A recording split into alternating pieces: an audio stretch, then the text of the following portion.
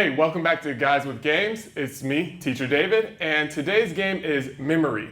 But I know what you're thinking. We know this game, like we've done this millions of times, but each of us is going to do our own spin on this game, so do stick around to the end because after Dustin presents first, then it'll be me, and then at the end, Carson will come on with his last minute wrap up of his variation of the game. So stick around to the end. Hi again, this is Dustin from Guys with Games. Today's game is called Memory. It's an old classic game. It's very simple, it's very easy, and it's great for younger kids.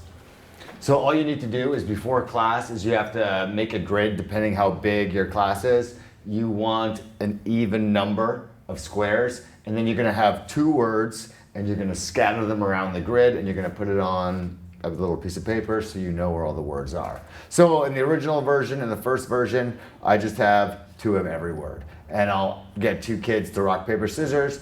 The winner gets to pick two numbers. Okay, David, pick two numbers. 7 and... Okay, 7 is toilet. Okay, so David, I would get my student to read the word. Toilet. Great.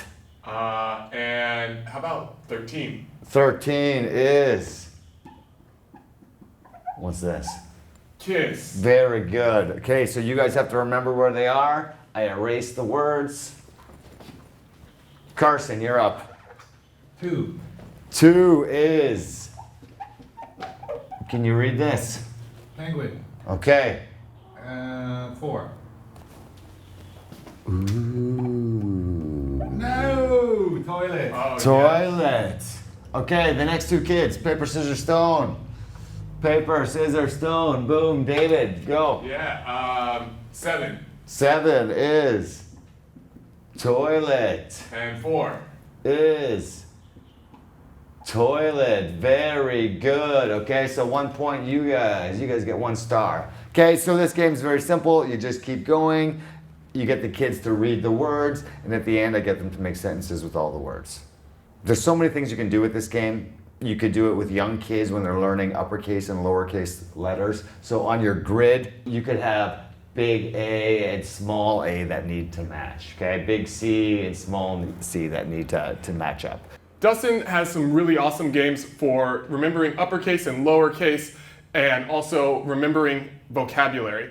So how I like to play this in my younger classes is I'll do their vocabulary words and I'll split them up beforehand and maybe I'll list them off to the side here. So let's say we're working on animals this week. So maybe the words are like lion, mouse, and let's say, I don't know, giraffe.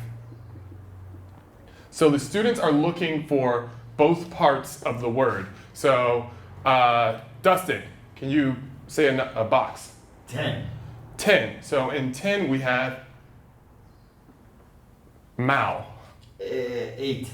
8. And 8 we have on. So Mao on. Sorry. So erase. And the students look for matches that way.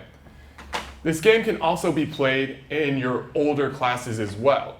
I know memory is typically a yes. Sorry, I have a question. Teacher David, if I find, for example, maybe 11 is SE, and then I say it matches with 10, but it's out of order. Do I need to find MOU first and then SE, or it's okay? That's a good question. No, you don't have to find the things in their order.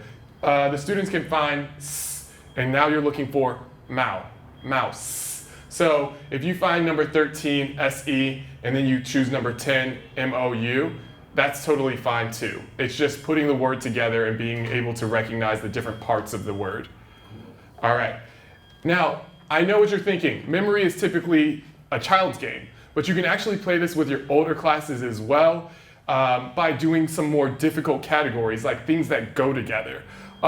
They could be even longer words, for example, like tooth and brush. But something more difficult, I think, is using their knowledge from maybe other parts of their life. So for example, I like to do it with countries and capitals. So number 5 is Spain, and number 15 is Madrid or Tokyo in Japan. So the students have to match those things in their head as well up on the board. So this is great for your kids who are in that in-between junior high level kind of English level. Okay, like Dustin and David have both explained, there are lots of different variations of how you could play this game. When I play with little kids, I don't like to write as much on the board. So something that we do at our school is we teach sets of gestures, which are mostly adjectives, but we'll teach them a gesture for each set. And they're in sets of 4 typically. So at our school we teach tall, short, big, little, or fat, thin, pretty, ugly. I will make a spot for each of these, so they need to match fat with fat. But I don't write anything.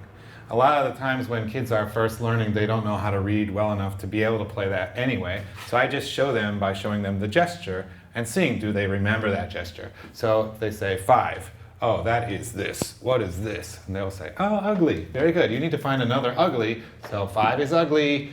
How about 15, teacher? Oh, sorry. What is this? Fat. Later, they'll remember that 5 is ugly and 15 was fat. Find the match. And then for older kids, something that, I mean, it's a child's game, but it still can be fun for them. Like David was saying, that you could put things that go together. So something that I put together are rhyming words. If you're practicing rhyming or if you're doing musical activities in the future, you might use this game to review, are they able to recognize when words rhyme? And then also maybe practicing irregular verbs. So maybe here is eat, and down here is eaten. Drink, drunk. So the infinitive and the past participle form of the verb. Just to review things that kids often, even advanced kids, sometimes get stuck on. But that's it. So thanks for watching to the end, and have a good day.